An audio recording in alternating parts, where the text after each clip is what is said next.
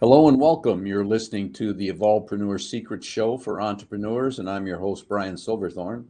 And as always, I like to help entrepreneurs make the most of their businesses and to often and also navigate the sometimes challenging worlds of startup growth or relaunch. And today we're going to dig deep with our guest and get some great concepts and strategies to help you fast track your business. And our special guest today is Matt McDarby, and he's a professional sales leader, coach, and author of 3 books on sales leadership. So that's some interesting stuff, Matt. Welcome to the show. Thanks so much, Brian. It's great to be with you. I appreciate the opportunity. Absolutely. Well, I'm looking forward to learn about all the stuff you're doing. Why don't you start by letting us know what got you to where you are today and what you're focusing on now? Sure. Well, I'll try to compress 30 years into, maybe 60 seconds here. So as you said, professional sales leader, right? So today I'm in the business of sales leadership development. So training and coaching and advising people that are in the pivotal role in a sales organization, whether it's a small organization or a middle market or large. The person that leads that sales function has massive impact and effect positively or negatively on the success of the sales effort. So I spend all of my time, all of my professional life at least, focused on the development of people in that really critical role. How did I get here? Like a lot of people, I got into the sales profession kind of by accident or out of necessity. Left college, graduated in a time of recession. And lo and behold, all of the jobs in public relations where I wanted to work, because I'm a writer, there were some available, but they were all volunteer jobs. And I had student loans and I had a car and things that I wanted to pay for. And so I opened up the aperture a little bit and realized, hey, wait a minute, the only jobs I'm seeing out there are sales jobs. What's up with that? So got into IT and IT services, eventually landed in the professional sales training performance improvement business. That was 18, 19 years ago.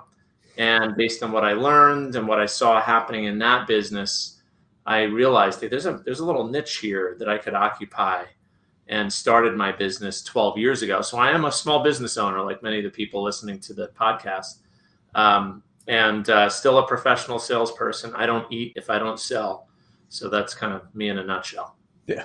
Somebody once described to me that salesman is a true meritocracy. You when you left working for another organization and went out on your own, so you became a business person as well as a salesperson. So were there any initial roadblocks or hitches that you had to deal with to get started in that area? Yeah. How much time do you have, Brian? Well, one of the first obstacles that I faced was, because again, I was a bag carrying salesperson. I was a VP of sales for my last employer, but really a seller. And one of the first hurdles I had to clear was, how do I get a message out to the market that people are going to understand? Because I had a really kind of a niche focus. And I'm, 12 years in business. What that probably will mean to anybody who's been in business listening to this for a decade, 12 years, they probably know that really means what I've had is like 3 or 4 iterations, maybe more, of the business. It evolves over time. Like I had a certain vision of how it was going to work. Went out to the market, won a few clients. One was my former employer. They became a partner that provided leads, which was a brilliant way to get off the ground. It worked really well. But then I had to determine, so what is my message to the market? What am I really good at?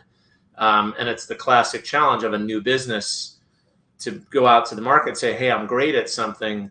And then customers say, that's awesome. Who are you doing it for? And you're like, well, no one yet, right? So one of the hardest parts was learning how to deliver a credible message to people that was based on past successes in a different role and a little bit of a different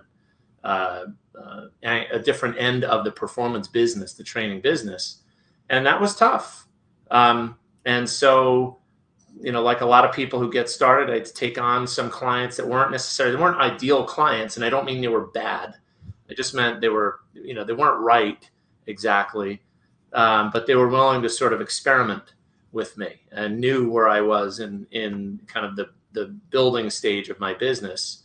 And I was at least able to develop enough trust with them to get them to hire me to do whatever they needed done. So if you look at my business today, 12 plus years later, it looks quite different. And it sort of mirrors when I learned really big lessons, right? Big lessons about my go-to-market strategy and my messaging, big lessons about my business model, my advisory services model versus being in a kind of a license-driven, intellectual property-driven kind of a business. That's not really how I make money, although content and intellectual property are a big part of it. I really get paid for insight and being there for clients and taking those ideas, the content, the principles, and helping them to apply them to their world. That's really where the value lies. So that's kind of the progression. It's, who am I? What are we really good at? What do we want people to hire us for? Who are the right people? How do we do our work? How do we get paid for our work? All of that has been a bit of a journey. And really, it's probably the last 5 or 6 years where I've reached a point where, okay, I'm confident I have the model right. We're very focused on what we do. We're a niche within a niche, but we're very, very good at it because we're so focused. So there's maybe 6 or 7 lessons in there. Brian, you asked for one, so you got the bonus, the bonus answer. Oh, that's great. I appreciate it. So all those questions that you just asked, that you had asked yourself, are the exact questions that any entrepreneur needs to ask themselves when they're getting going in their business and deciding what they want to do and how they want to do it. So you mentioned niche within a niche and an ideal client. So could you briefly describe that ideal client and let us know right at the moment how they find you? Sure. Yeah. So my clients are what you might consider a middle market. So not very small, not startups, and not giant global enterprises. Think of organizations that have sales forces of anywhere from 25 to 250. It's kind of the range. Why is that the range? Because an organization of that size will have anywhere from 5 to maybe 40 or 50 sales managers. Sales managers are the focal point for what we do. Okay. So we engage with companies that are, they're growing. They've had some success, but they're looking out ahead and realizing what we did to get to where we are today is entirely different from what we need to do to grow, to kind of that next stage. So for us, the ideal customer profile is that sort of middle market company that is looking out at kind of the next stage of growth and realizing we really haven't equipped our sales leadership team, frontline managers, managers of managers, head of sales. We really haven't equipped them for that next stage of the journey. We haven't made sure that they have effective coaching skills. We haven't helped them work out how to prioritize and develop people, right? These are all really critical functions of a sales manager when a business is trying to grow. So for us, it's those middle market companies. And for them, we are providing sales leadership coaching and advisory support. So very simply, we're coaching sales managers one-on-one. We're making online course content available to them as part of that. And like I said earlier, like helping them render value from those principles, from the content by being there for them. And then providing really unlimited advisory support to them. So in addition to having that relationship one-to-one with a dedicated coach, a sales manager in a client organization that's hired us also has access to me and members of my team. And when we say unlimited, we mean it, right? So it's anytime, phone, email. We can be a sounding board. We can help you plan whatever you need in addition to those coaching sessions. And that's that combination I mentioned I'd landed on about 5 or 6 years ago. That's the right offer to this market. Dedicated coaching, content for sales leaders, written by sales leaders, and advisory support. Really, so if anyone's listening, they're thinking, hey, that's us. Like we've been effective up to this point, but now we realize we have to move to that next stage of maturity. We really have to support these sales managers who bear the largest share of the burden of sales performance here. Why don't I get them some help? If that's a thought you're having, reach out to Matt. Yeah, that's a great niche, because I've been involved in sales a lot in my life, and I know that there are a lot of people that become high producing sales people, and all of a sudden they become a sales manager, and those are two different hats. Absolutely. And they just don't know how to wear that hat correctly, and they Right. need the help. Right. So at the moment, how do people find you? You got any sources where you get most of your leads? Yeah, I would recommend the easiest place to find me, of course, is LinkedIn, right? The premier professional networking site. And you can find me at Matt McDarby. So it's linkedin.com/in/Matt with 2 T's, McDarby. The company website, United Sales Resources, is www.usr-llc.com. United Sales Resources LLC.com. That's the best way to reach me, Brian, and I would welcome the chance to speak with anyone who's been listening to us today, because to your point, you've been in management and sales training, you've done it all, right? You know that getting sales management right and helping people in that role is a critical thing. We'd love to talk to people about how to do that. Yeah, it is a critical thing. So I notice in your information you provided that you've written 3 books. Do those lead to clients as well? They do. Honestly, I wrote the first book, and I told my publisher, who's published the other 2 books, that it's a credential. It's nice to have, but ultimately it's my business card. Right? It's really different when you can hand somebody a book. Now, we were talking about being in a niche, right? There's only so many people who've written books about sales leadership purely, and there's only so many people who've written 3 books about sales leadership. So 3 different angles. The first one is about solving the number one problem that all sales managers have, which is I don't have enough time to do important things well. The second book is about making sure, do I have the right talent in this organization to get the results that we want? And then the third is all about sort of leadership mindset. Can I function and act like the leader that people want to be led by? So it's very much written through the perspective of a salesperson. I've had great leaders and I've had some not so great ones. And what we're trying to do is encourage people to take on the behavior and act like the ones who are great, who you want to run through a wall for, Brian, right?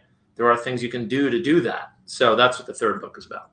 Oh, good. Yeah, that the leadership aspect of it is extremely important, because I've run across countless numbers of people who are all nice people in business that are in leadership positions but have no idea what it means to be a leader. Right. So it doesn't mean they're not capable of it. They just haven't had the opportunity to learn and understand what it means. That's right. Yeah. So have any of your books reached the bestseller status? No, they haven't. They've like I explained to people, it was never a goal. And frankly, a little known secret here, if anybody's got a book or is writing a book, if you want to be a bestseller, there is a way to do it. It's X number of book sales within 30 days on Amazon. You can say, I was an Amazon bestseller. Now, you have to be very, there's asterisks right next to it, like not forever, like in a moment in time, I was a bestseller. So I've never had that moment where, 250 plus copies flew off the shelf in a 30-day period. And the fact is, running a business, if I could make this promotion of these books a full-time gig, I'm certain I probably could reach bestseller status, but I'm chief cook and bottle washer here, so Sure. A team to lead and clients to take care of. And those are my priorities. The books are my business card. I probably give more away than I sell. And that's because I give a lot of them away. So, so I don't aspire to bestseller status. It would be wonderful if I did, but I don't lose sleep over that. Well, that's good. We don't want you losing sleep. So if it did get to bestseller status and was consistent there, would it be a benefit to you, do you think? Of course. Yeah, of course it would. The more, because like I said, it's a business card, the more people who have it, right? The people who get to know. So, it's coming back to the maturation process of a business, getting marketing help, getting people who can support the promotion of the book, I'm just underway again, doing that. So maybe by the time, 6 months from now or a year from now, somebody's listening or watching this cast, I may just have that bestseller status, Brian. We'll see. But I need help. Okay, that's fine. So what you obviously worked with a lot of sales managers in a lot of different industries in the last 12 years. So what do you think the best piece of advice is you've ever given one of your clients? It's a very practical piece of advice, that there is a kind of a simple but consistently effective way to influence others. And so much of leadership is about influence. And what I mean by that is getting people to take action they otherwise might not take had you not been there, right? Had you not had a conversation with them. And so here's a gem, folks, right? So it's a very simple 3-step framework that we teach. And I would recommend for sales managers or leaders of any discipline to take aboard. 3 steps: commitments, conclusions, questions. And that's actually in reverse order. Here's why I say it that way. If I want to influence you, Brian, I've got to be clear before we go into that conversation. What do I want you to do? What commitment do I want from you? How will I know that I've actually affected your trajectory there, right? So what do I want you to do? What commitment do I want? Conclusions are, what do you need to conclude in order to be motivated to take that action, to make that commitment to me? How do I get you to come to that conclusion? I don't do it by telling you anything. You're an adult. You filter all that stuff out. I get you there by asking you questions, right? So it's questions, conclusions, commitments. That's the influence framework practiced over time. I think that's the it's not a magic bullet. You have to keep working at it, but it is a critical skill. You want to increase trust with others, raise your influence, do so in a way that makes them feel good about the new and different actions they're taking. Apply that framework. Yeah, that sounds like an excellent framework. And I've always been an advocate that as far as I'm concerned, questions are the most powerful communication tool there is, as long as they're asked in the right way, out of curiosity rather than interrogation. Right. And they're asked at the right time and worded well. So. And you're listening to the answers, right? Oh yeah. You gotta really listening. Yeah. You gotta pay attention. That's for sure. Right. Because that's where all the gold is, man. That's right. People are going to tell you if you ask at the right time. So yeah. All right. So any final thoughts for our folks before we end this one? No, I would just, to everybody listening, I would say, be encouraged. If you're in a role today and you're responsible for the performance of a sales team and you're finding it difficult, I would say that's because it is, right? It's the pivotal role. It's the most important. And if you're not making an investment into your capability in that role, know that there are books and there are people like me. I'm not the only one who are out there ready and willing to help. Why? Because we know it's hard. I've done the job, right? So if you're feeling a little bit down, don't be discouraged. Just work on your skills. Right? There are a bunch of ways to do it and people ready to help. Thank you. Excellent advice. And that's a wrap on another episode, a great guest episode with Matt McDarby of the Evolvepreneur Secret Show for Entrepreneurs. And before you go, if you liked it, please give us a 5-star review. And maybe if you'd be so kind as to refer it to a couple of people to share the wealth of information. And if you want to make sure you don't miss any future episodes, you can go to evolvepreneursecrets.show and sign up. And until the next time, if you're an entrepreneur, make a start on your next great idea today.